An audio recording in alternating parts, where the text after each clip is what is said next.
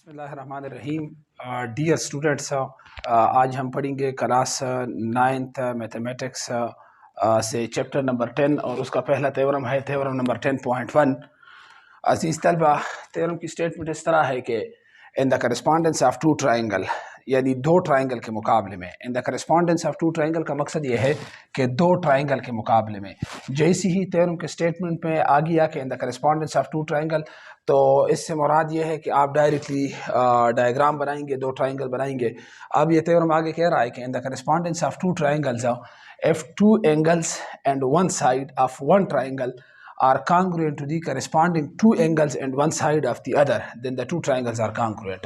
फ़र्ज़ किया हमारे साथ ये दो ट्राइंगल हैं, तो ये थ्योरम कह रही है 10.1 थ्योरम कि अगर इन दोनों ट्राइंगल के मुकाबले में दो एंगल्स एक ट्राइंगल के दूसरे ट्राइंगल में करस्पॉन्डिंग दो एंगल्स, और इसी ट्राइंगल में एक साइड और दूसरे ट्राइंगल में करस्पॉन्डिंग साइड के बराबर हों, तो ये दोनों ट्राइंगल आपस में बराबर होंगे, कांग्रुएंट होंगे। मतलब ये है इसका कि सबसे पहले हम ये जानने की कोशिश करेंगे कि करस्पॉन्डिंग क्या होता है। करस्पॉन्डिंग का मकसद ये होता है कि फ़र्ज़ के जहाँ पे एंगल बी है, उस ट्राइंगल में एंगल बी की पोजीशन पर कौन सा एंगल आ रहा है, एंगल ई आ रहा है। इसी तरह यहाँ पे एंगल ए है, तो वहाँ पे एंगल ए की पोजीशन पर इस ट्राइंगल में एंगल डी आ रहा है। यहाँ पे एंगल सी है, उस ट्राइंगल में एंगल सी की पोजीशन पर एंगल एफ आ रहा है। तो एंगल बी और एंगल ई आपस में करस्पॉन्डिंग है, एंगल ए और एंगल डी आपस में करस्पॉन्डिंग है, एंगल सी और एंगल एफ आपस में करस्पॉन्डिंग है। इसी तरह ये जो ई बी साइड है, ये करस्पॉन्डिंग है डी ई साइड के, ए सी साइड करस्पॉन्डिंग है डी एफ साइड के, बी सी साइड करस्पॉन्डिंग है ई एफ साइड की। तो लिहाजा ये थ्योरम कह रहा है कि अगर इन दोनों ट्राइंगल के मुकाबले में हमारे साथ दो एंगल्स और एक साइड, एक ट्राइंगल में करस्पॉन्डिंग दूसरे ट्राइंगल में करस्पॉन्डिंग दो एंगल्स और करस्पॉन्डिंग साइड के बराबर हो, तो दोनों ट्राइंगल बराबर होंगे। यानी इसका मतलब ये हुआ कि अगर एंगल बी फ़र्ज़ किया बराबर हो हमारे साथ एंगल ई के, ये एक एंगल हो गया। इसी तरह एंगल सी बराबर हो एंगल एफ के, और इसी तरह ये जो साइड है ये बराबर हो इस साइड के, यानी दो एंगल और एक साइड। उसी ट्राइंगल में दो एंगल्स और एक साइड, लेकिन आपने इस बात का ख्याल रखना है कि अगर यहाँ पे एंगल बी रहे तो वहाँ पे उसके साथ एंगल ई रहेंगे, तो ये दोनों आपस में कांग्रुएंट है। ये जो बी सी साइड है ये कांग्रुएंट है ई एफ साइड के, और एंगल सी जो है ये कांग्रुएंट है एंगल एफ के। ये थ्योरम का स्टेटमेंट है कि दो ट्राइंगल के मुकाबले में अगर हमारे साथ दो एंगल्स और एक साइड दोनों ट्राइंगल्स में करस्पॉन्डिंग टू करस्पॉन्डिंग बराबर होंगे, तो ये दोनों ट्राइंगल कांग्रुएंट होंगे। तो इसका मतलब ये हुआ कि गिवन के अंदर आएगा, हमारा गिवन कुछ इस तरह बनेगा। देखें, गिवन इस तरह आएगा कि सबसे पहले हम लिखेंगे कि एन ट्राइंगल, ये ट्राइंगल के लिए हम सिंबल इस्तेमाल करेंगे, an triangle A B C corresponding triangle D E F, यानी इन दोनों ट्राइंगल के मुकाबले में triangle A B C corresponding triangle D E F, यानी इन दोनों ट्राइंगल के मुकाबले में in the correspondence of two triangles. ये थ्योरम का जो स्टेटमेंट है उससे हम ये गिवन निकालेंगे। If two angles and one side, एक हम ले रहे हैं एंगल बी, एंगल बी हमारे साथ फ़र्ज़ के एंगल ई के बराबर है, तो यहाँ पे हम लिखेंगे, ये हम सिंबल इस्तेमाल करेंगे एंगल के लिए, angle B is congruent. Congruent के लिए ये दो इक्वल के निशान है, उसके ऊपर ये दूसरा सिंबल आ रहा है। Angle B is congruent to, यहाँ पे हम ले लेंगे angle D E F. Angle D E F से मुराद ये वाला एंगल है। Angle B is congruent to angle E है असल में, लेकिन यहाँ पे हम लिख रहे हैं एंगल डी ई एफ। इसकी वजह यह है कि यहाँ पे हम बाद में इस थ्योरम में कंस्ट्रक्शन करेंगे, और कंस्ट्रक्शन में हमारे साथ एंगल ई पर दो एंगल आएंगे। यानी एंगल ई पर यहाँ पे हम एक और एंगल बनाएंगे, क्योंकि हमने इससे कबल एक पास्टुलेट पढ़ा है साइड एंगल साइड का, तो इन दोनों ट्राइंगल को हम साइड एंगल साइड के ज़रिए कांग्रुएंट साबित करेंगे। तो साइड एंगल साइड पे कांग्रुएंट साबित करने के लिए, चूंकि बी सी जो है वो तो ई एफ के बराबर है, एंगल सी जो है वो एंगल एफ के बराबर है, तो ए सी को हमने डी एफ के बराबर करना होगा। मतलब यह है कि साइड एंगल साइड के ज़रिए हम इन दोनों ट्राइंगल को कांग्रुएंट करेंगे। तो लिहाजा जब डी एफ को हम ए सी के बराबर करेंगे, तो इसके लिए हम डी एफ पर एक नया पॉइंट ले लेंगे, सपोजिशन लेंगे कि फ़र्ज़ किया डी एफ जो है वो ई सी के बराबर नहीं है, यहाँ पे जी एक पॉइंट लेंगे और उस जी को हम ई के साथ भी ज्वाइन करेंगे, तो लिहाजा ई पर हमारे साथ दो एंगल बनेंगे। लिहाजा जब ई पर दो एंगल बनेंगे तो फिर यहाँ पे इसका पता नहीं चलेगा कि ई का कौन सा एंगल, यहाँ पे जो बनेगा एंगल ई का या ये वाला एंगल। तो लिहाजा इस वजाहत के लिए हम लिख सकते हैं कि angle B is congruent to angle D E F हो, यानी इसको इसके साथ लिखते हैं। इसी तरह angle C is congruent to angle F हो, और एंगल सी जो है ये हमारे साथ बराबर है एंगल एफ के, और इसी तरह B C is congruent to E F, B C is congruent to E F, B C हमारे साथ हो ई एफ के बराबर है। तो ये हमारे गिवन का हिस्सा है। देखें, ये एक एंगल हो गया, ये दूसरा एंगल हो गया, और ये एक साइड हो गया। Angle angle side, angle angle side, या इसको हम इस तरह भी पढ़ सकते हैं angle side angle, angle side angle. ये अगर बराबर हों तो ये कह रहा है कि ये दोनों ट्राइंगल बराबर होंगे। मतलब ये है कि इसका रिक्वायर्ड ये है, इसका जो टू प्रूव है वो ये है कि जिन दो ट्राइंगल का आपने मुकाबला किया है और इन दो ट्राइंगल में ये तीन चीज़ें बराबर हैं, दो एंगल और एक साइड, तो ये कह रहा है कि फिर आप ये साबित कर ले टू प्रूव के then the two triangles are congruent, then the two triangles are congruent means triangle ABC is congruent to triangle DEF। तो लिहाजा इसको हमने साबित करना है कि ट्राइंगल ABC ट्राइंगल DEF के बराबर होगा अगर ये तीन शराइत हों, यानी दो एंगल करस्पॉन्डिंग टू करस्पॉन्डिंग और एक साइड करस्पॉन्डिंग टू करस्पॉन्डिंग, अगर इन दोनों ट्राइंगल में बराबर हों then the triangles are congruent, तो ये दोनों ट्राइंगल आपस में कांग्रुएंट होंगे। इसके बाद इसको हम साबित करेंगे साइड एंगल साइड के ज़रिए, चूँकि हमने एक रूल्स पढ़ा है इससे कबल साइड एंगल साइड कि अगर हमारे साथ हो दो ट्राइंगल में साइड एंगल साइड, यहाँ पे हम लिखते हैं इसको side angle side is congruent to side angle side. अब अगर आप इन दोनों ट्राइंगल में देखें, हमारे साथ एक साइड ये है, ये इसके बराबर है, मतलब ये है कि ये साइड हमारे साथ मौजूद है पहला वाला।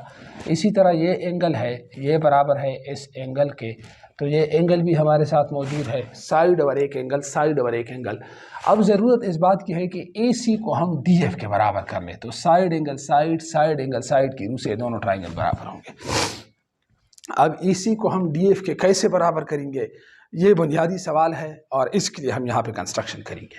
इसके लिए हम ऐसा करेंगे कि फ़र्ज़ किया हम कहते हैं कि AC जो है ये DF के बराबर नहीं है, सपोजिशन लेते हैं, फ़र्ज़ किया AC जो है DF के बराबर नहीं है बल्कि DF जो है ये AC से बड़ा है, और DF पर हम एक और पॉइंट लेते हैं यहाँ पे, फ़र्ज़ किया इस मुकाम पे एक पॉइंट ले रहे हैं, ये हम सपोजिशन कर रहे हैं कि फ़र्ज़ किया यहाँ पे हमने एक पॉइंट ले लिया G इस पॉइंट पे, और इस पॉइंट को एक शर्त पे ले लिया और इसी पॉइंट को E के साथ भी ज्वाइन कर लिया, इसी पॉइंट को E के साथ भी ज्वाइन कर लिया।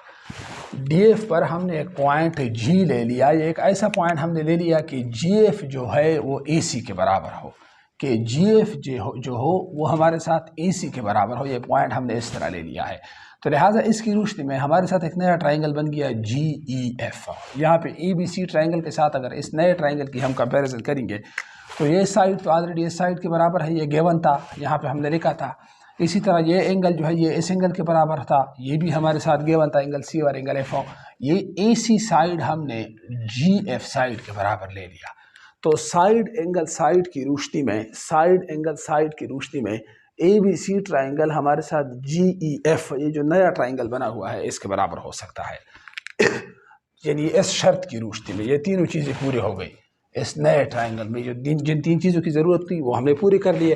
तो लिहाजा ये नया ट्राइंगल जब इसके बराबर होगा तो हमने पढ़ा है ऑलरेडी कि जब दो ट्राइंगल आपस में कांग्रुएंट होते हैं, कांग्रुएंट हो जाएं तो उसके करस्पॉन्डिंग टू करस्पॉन्डिंग 6 एलिमेंट्स आपस में कांग्रुएंट होते हैं, यानी 3 एंगल्स और 3 साइड। तो लिहाजा हमारे साथ इसकी रोशनी में ये जो यहाँ पे एंगल बना हुआ है, ये वाला एंगल, यानी E पे दो एंगल बन रहे हैं। एक मैंने पहले तस्करा किया था कि DEF, वो तो ऑलरेडी गिवन में बराबर था एंगल B के। अब जब ये नया ट्राइंगल इस ट्राइंगल के बराबर हो जाएगा तो GEF, ये जो एंगल बना हुआ है यहाँ पे, ये एंगल भी हमारे साथ B के बराबर हो जाएगा। तो लिहाजा ऐसा तो नहीं हो सकता है कि एंगल ई वाला जो जी के साथ बना हुआ है वो भी बी के बराबर हो, एंगल ई वाला वो एंगल जो डी के साथ बना हुआ है वो भी बी के बराबर हो। तो इसका मतलब तो ये होगा कि जी ई एफ और डी एफ दोनों एक ही एंगल है, तो लिहाजा जी और डी हमारा सेम पॉइंट होगा। तो हम अपनी सपोजिशन को फिर बाद में गलत साबित करेंगे कि हमने ये जो सपोजिशन किया है कि डी एफ फर्ज किया ई सी के बराबर नहीं है, ये बात गलत थी। अगर दो एंगल और एक साइड बराबर हो तो ऑलरेडी ये तीसरा साइड जो है वो ए सी के बराबर आएगा। तो हम अपनी इस बात को गलत साबित करेंगे। इसके लिए हमने यहाँ पे कंस्ट्रक्शन की है कि यहाँ पे फ़र्ज़ किया, हम कहते हैं कि ए सी जो है वो डी एफ के बराबर नहीं है, बल्कि डी एफ पर एक और पॉइंट जी हमने ले लिया है। ये ऐसा पॉइंट ले लिया है कि जी एफ हमारे साथ ए सी के बराबर हो। इसको यहाँ पे हम लिखेंगे, हमारा कंस्ट्रक्शन कुछ इस तरह है। देखें कंस्ट्रक्शन ये कुछ इस तरह बनेगा कि take a point G on DF such that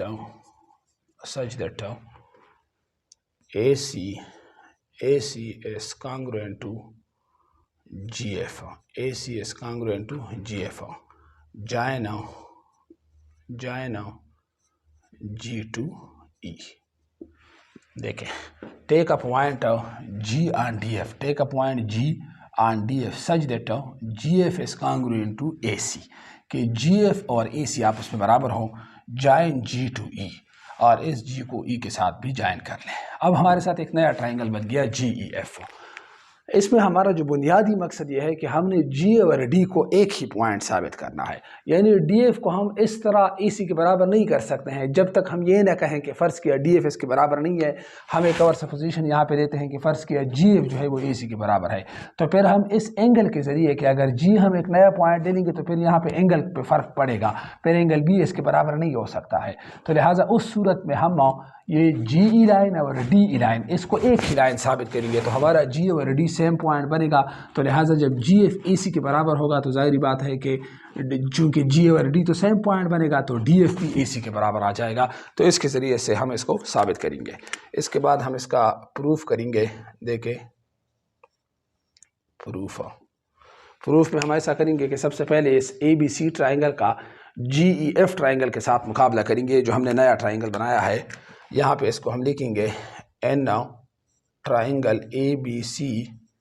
triangle ABC corresponding triangle GEF। इन दोनों ट्राइंगल का हम आपस में मुकाबला करेंगे, ABC का और GEF का।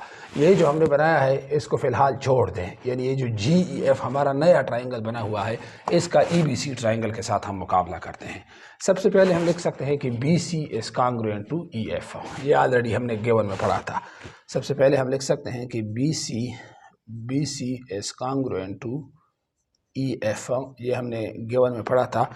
यहाँ पे ये इसका स्टेटमेंट है और यहाँ पे इसका रीज़न लिखेंगे। इसका रीज़न ये है, दलील ये है, वजह ये है कि ये हमने गिवन के अंदर पढ़ा था। इसके बाद हम लिख सकते हैं कि angle C is congruent to angle F।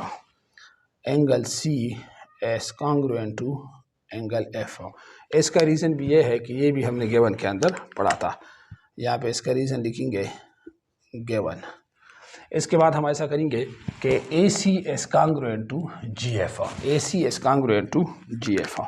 यहाँ पे लिखेंगे इसको AC is congruent to GF। ये हमने कंस्ट्रक्शन में पढ़ा था। इसका यहाँ पे रीज़न लिखेंगे कंस्ट्रक्शन।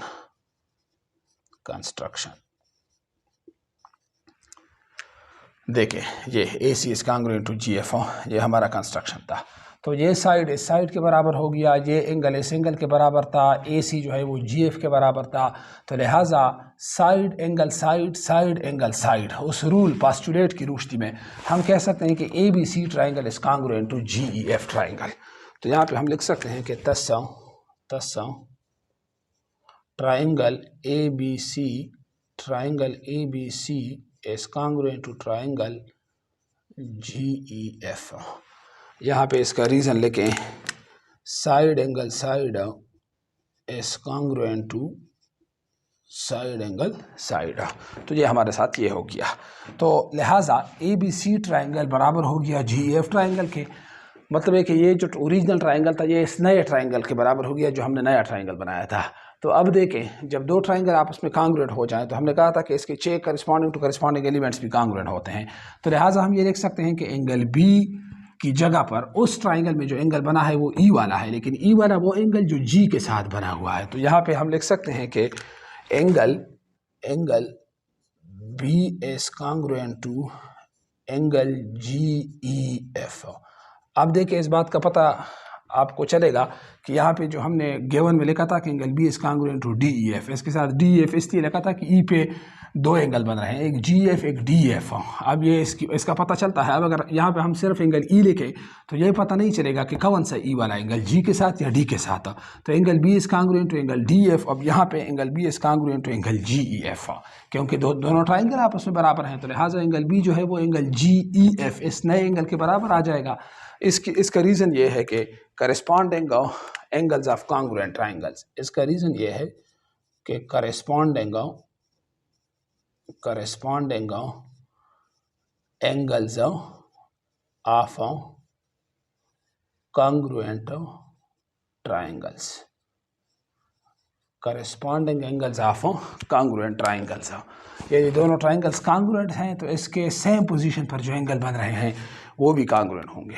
अब यहाँ पे हम लिखेंगे कि बट हमने तो पढ़ा था कि angle B is congruent to angle D E F, angle B is congruent to angle D E F. ये हमने ऊपर गिवन के अंदर पढ़ा था, इसका रीज़न यहाँ पे लिखेंगे गिवन। अब देखें, angle B angle G E F की भी बराबर है, angle B angle D E F की भी बराबर है, यानी ये एंगल जी ई एफ के बराबर हो गया, हमने साबित किया। और इसी तरह एंगल बी जो है वो एंगल डी ई एफ की भी बराबर था, वो तो गिवन में हमने पढ़ा था। इसका मतलब ये हुआ कि जब ये भी एंगल बी के बराबर है और ये भी एंगल बी के बराबर है तो ये दोनों एंगल आपस में भी बराबर होंगे। हम यहाँ पे लिख सकते हैं कि angle D E F is congruent to angle G E F. इसका रीज़न ये है, इसको कहा जाता है ट्रांजिटिव प्रॉपर्टी, इसको कहा जाता है ट्रांजिटिव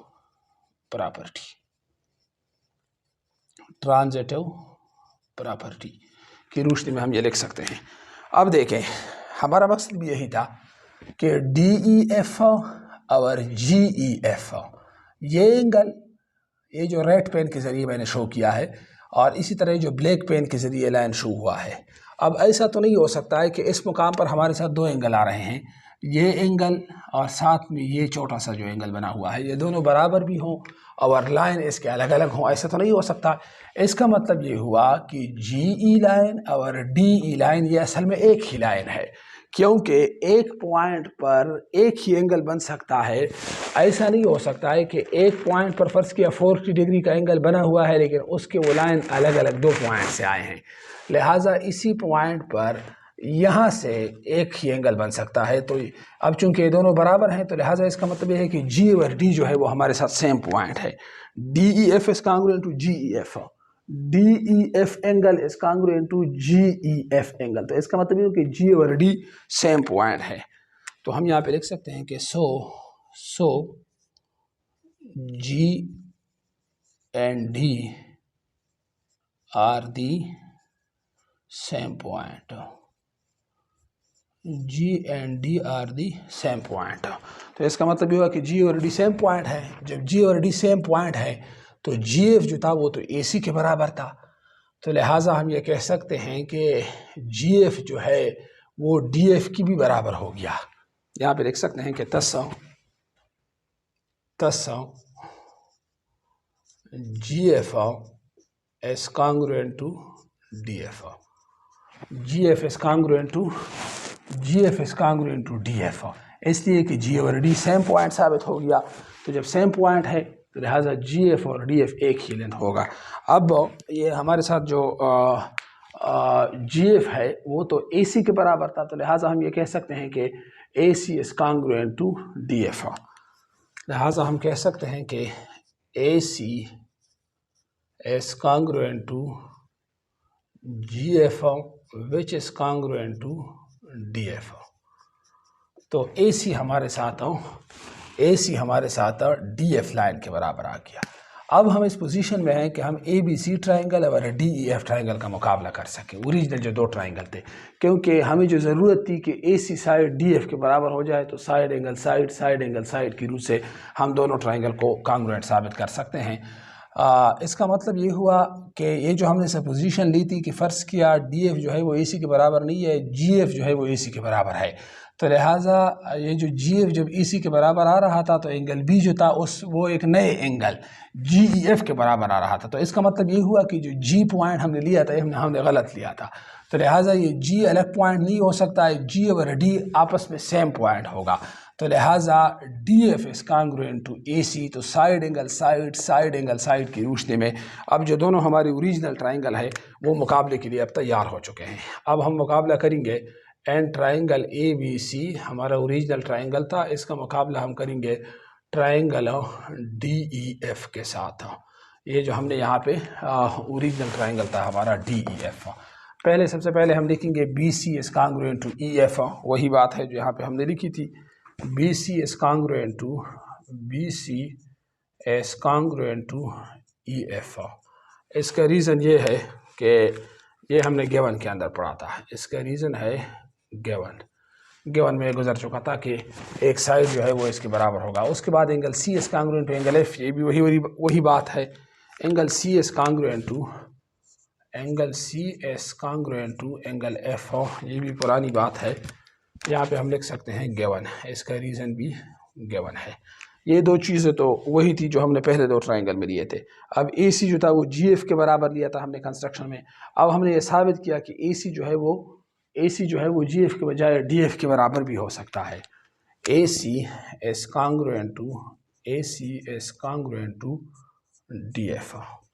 इसका रीज़न ये है कि ये प्रूव्ड है, यानी ऊपर हमने ये बात साबित की है, प्रूव्ड, ये बात साबित हो चुकी है। अब हम लिख सकते हैं कि thus या hence triangle ABC is congruent to triangle DEF जो हमारा ओरिजिनल ट्रायंगल था इसके बराबर हो गया। तो यहाँ पे इसका रीज़न ये है कि side angle side is congruent to side angle side. मतलब ये है कि जब हमारे साथ ये दो एंगल और एक साइड बराबर होंगे तो ये बात ज़ाहिरी बात है कि जो तीसरा ये साइड है, दूसरा साइड AC वाला, ये ख़ुद ब खुद DF के बराबर आएगा। मतलब है कि फिर ऐसा नहीं हो सकता है कि DF का लाइन जो हो वो AC के बराबर ना हो। जब हमारे साथ दो एंगल और एक साइड बराबर हों तो दोनों ट्रायंगल आपस में बराबर होंगे। ये हमारा था क्लास 9th के चैप्टर नंबर 10 का पहला थ्योरम 10.1। तो डियर स्टूडेंट्स, अगर किसी का कोई सवाल हो, कोई मसला हो, वो अपना क्वेश्चन कमेंट में भी कर सकते हैं, और साथ साथ वीडियो के आखिर में मेरा जो व्हाट्सएप नंबर है उस पर भी मुझे पर्सनली मैसेज कर सकते हैं। इंशाल्लाह अगले थ्योरम के साथ मैं दोबारा आपकी खिदमत में हाजिर हूँ।